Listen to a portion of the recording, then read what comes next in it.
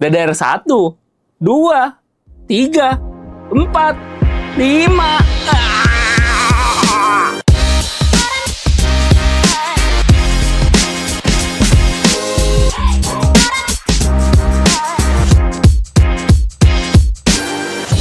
Ya, jadi guys, sebenarnya DDR pada RAM itu ada 5, tapi yang dibahas di sini itu dari 3 sampai 5. Tapi emang udah jarang dipakai, bahkan udah nggak ada yang pakai. Karena rata-rata mobile pada laptop dan komputer itu udah supportnya di DDR 3 sampai 5. Yang pertama kita akan bahas apa itu DDR. Double Date Rate atau disingkat jadi DDR itu merupakan teknologi pada RAM yang bisa ngirim 2 siklus data sekaligus. Ibaratnya DDR ini adalah tangan pada laptop kalian. Nah, kalau angka di belakangnya ini generasi di DDR-nya. Jadi semakin tinggi serinya, otomatis semakin banyak tangan yang digunakan. Jadi multitaskingnya pasti lebih cepat.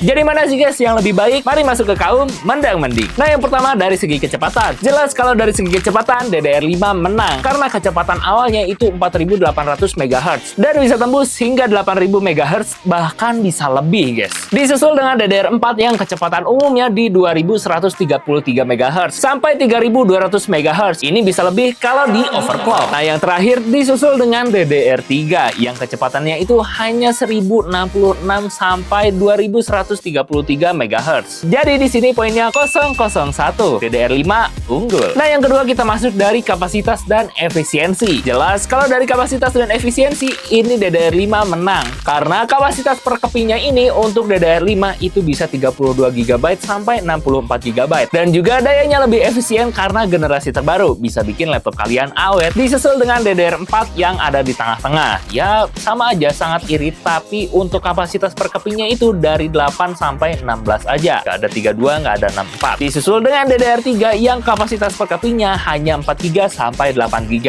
Nggak ada 16, nggak ada 32. Dan juga kecepatannya itu menyesuaikan dengan generasinya. Ya, karena generasi 3 otomatis kecepatannya juga nggak akan secepat DDR4 dan DDR5. Poinnya 002, DDR5 menang. Yang ketiga dari kompatibilitas. Untuk dari kompatibilitas sendiri, DDR4 ini menang karena masih umum digunakan di laptop dan juga di PC. Disusul dengan DDR3 yang masih banyak digunakan di laptop lama. Ya, sekarang juga masih banyak yang gunain laptop lama sih guys, jadi ini di posisi kedua. Dan di posisi ketiga itu ada DDR5 yang masih jarang orang gunain di laptop dan juga bersaingnya itu dengan PC guys. Otomatis akan lebih susah. Nah, kayaknya 2-5 tahun lagi DDR5 akan di posisi DDR4 dan digantiin dengan DDR6. Poinnya 012, DDR5 menang. Kesimpulannya DDR4 menang. Wah bang, kok bisa? Kan DDR5 unggul. Tapi kalau dari segi data emang DDR5 menang. Tapi balik lagi guys, kalian kalau laptopnya itu nggak support DDR5, jangan dipaksakan menggunakan DDR5. Kalian harus tetap menyesuaikan dengan kemampuan motherboard kalian. Kalau motherboard kalian hanya mampunya di generasi 4, otomatis harus pakai DDR4, nggak bisa lebih. Kalau kalian mau ke DDR5, otomatis kalian harus ganti motherboardnya. Tapi kalau di laptop, pasti harus langsung ganti laptopnya. Ganti laptop.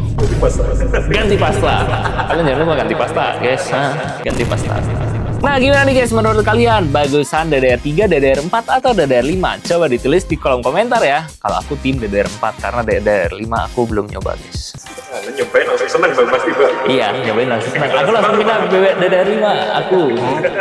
Terima kasih yang sudah menonton. Jangan lupa untuk like, comment, share ke teman-teman kalian biar yang lain nonton, dan jangan lupa untuk subscribe. Aku Willy. See you in the next video and bye-bye.